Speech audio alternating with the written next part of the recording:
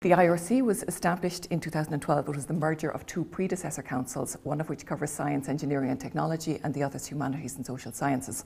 So we fund all disciplines from archaeology to zoology, and we fund the best and the brightest of our postgraduate and postdoctoral population to engage in research, to come up with creative projects, creative ideas, and also we seek to do that in a way that improves their training and their education and their fit to contribute to the jobs market, to social and economic requirements of the country, and really to make an impact across the whole totality of disciplines that we fund.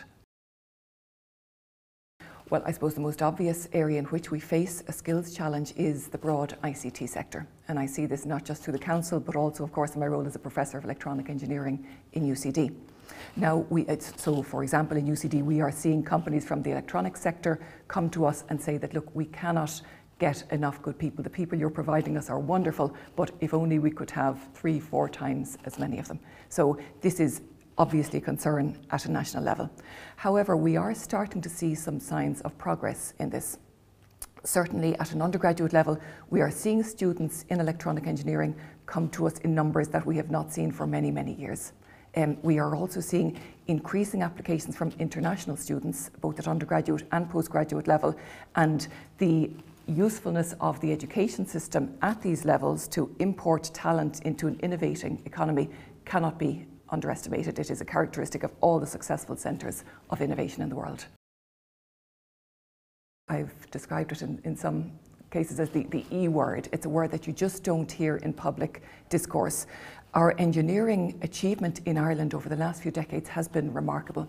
I was part of a generation of engineers in the 1980s that received a wonderful education in this country, but emerged to find almost no opportunities in the country. We fled these shores. We went to the United States, to Europe, to Australia, but gathered experience and achievements there, and in many cases brought them back to Ireland. And we saw in the early part of the Celtic Tiger years, we saw how that cohort of highly trained engineers can transform an economy and transform a country. So since then, we've developed a huge engineering resource in this country. There are people every day around the country in engineering enterprises, designing great products, delivering great services, going out and selling them at the sharp edge of the global economy, because that's what we do, succeeding in that. And yet we have somehow not, at a national level, recognised this huge contribution to our economy, a huge characteristic of our country as it now is. So I think that we need to be more aware of our engineering talent in Ireland, what we need to do to foster it and to build on it. Well, we've a number of ways in which we do this, but probably the most important of them is the Enterprise Partnership Scheme. Now, this has been a huge success for the IRC. It started off in 2004 with one company, IBM, and the deal is that we fund part of the PhD studies or the postdoctoral studies, and the company funds 30%.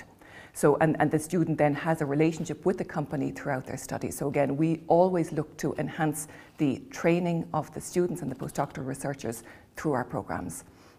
So we've grown from a single company in 2004 to almost 200 companies today.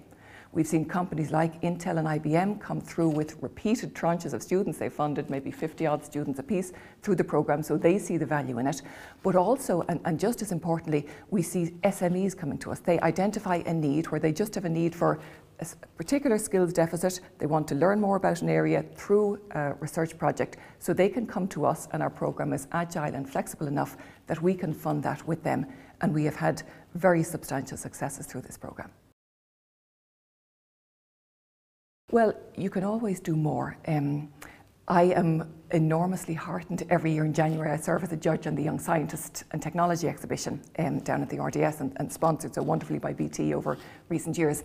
It is such a source of pride and amazement each year to see the enthusiasm, the ideas, the energy of these students centred around science and technology, and to see the amount of the national media that is devoted to this topic. It really is an extraordinary thing. And the success that we have had at European level with the winners of our competition are a testament to how successful this has been, what a tribute it is to Dr. Tony Scott, who is the founder and still the driving force behind the competition. So there are things that are going very right in our national science and technology education system. You can always do more. I'm glad to see that it is the subject of much attention. So with the Project Maths programme, for example, in recent years, an awful lot of work has gone into improving our mathematics curriculum to make it more relevant, to attract in more students. And this is wonderful. Now, somewhat of a concern that I would have is whether we are trying to do two things at once. We are simultaneously trying to improve the general uptake of mathematics and make the curriculum relevant to the broad range of students, but we also have to challenge and draw out the best from our very best and most mathematically gifted students. And whether a single curriculum can do that is, I think, quite a challenge. If I look back to when I went through the Irish secondary school system in the 1980s, we were metaphorically blowing the dust off our textbooks as we opened them. You know, this was a very traditional, rigorous curriculum in mathematics, in physics, and yet it set up so many of us to embark on careers in creativity, in design, in entrepreneurial activity, based around that fundamental love and aptitude for mathematics and the sciences and technology disciplines. So we have to be able to draw out the very best in the students who will make careers out of this area, as well as enhancing the general mathematics provision and scientific provision nationally. Oh, absolutely, and there are so many metrics by which we can show this. I think where we are most successful is where we match excellent research with some unique selling point that we have in Ireland. So, for example, an area in which I've been associated in UCD is the energy, particularly the electrical energy sector. So led by my colleague, Professor Mark O'Malley, we've an activity here that is absolutely world leading, and where it draws its expertise from is both the calibre of the research team and also its links with Irish industry and the opportunity embodied in Ireland for, in this case, the integration of renewables onto an electricity grid. It's an area where Ireland has a unique selling point because we are an island grid, we have a large penetration of renewables, so there is a reason there to believe that Ireland can be really successful. It's an area where we've built up a strong research team over many, many years. This isn't something that can happen overnight. It's something you have to do, and then you have to follow through. You have to stick with it in order to really develop expertise. But as a result, we are now a model for the US, for Europe, for China, in relation to how we run our research programme in this area. And I might mention that many of the students have been put through with support from the Irish Research Council and its predecessor councils. And in fact, one of our leading academics in this area himself started off as an IRC, or URCSET as it was then, postgraduate student. So this is an example of an area where we can bring together our best industry, our best national characteristics and our best researchers to really deliver at the world stage.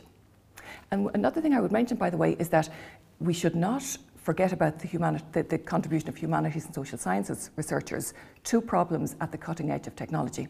So, for example, in that particular example of energy, you have the whole issue of behavioural science and the consumer adoption of new technologies, which is huge and which our industry partners are continually bringing up with us. So, humanities and social sciences researchers, apart from the wonderful contributions they make in social, cultural engagement nationally, there's also a very important technology dimension to the work that can be done there.